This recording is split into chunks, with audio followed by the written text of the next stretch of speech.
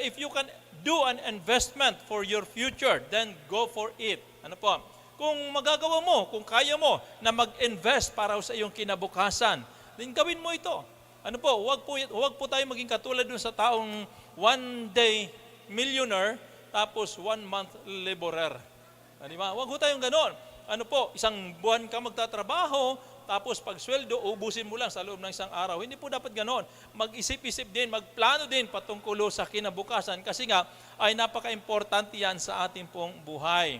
Okay? Kung tayo po ay nag-invest para sa kinabukasan dito sa lupa, sabi to, but we must not forget the most important of all.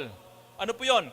To invest for the kingdom and for eternity. Ano po?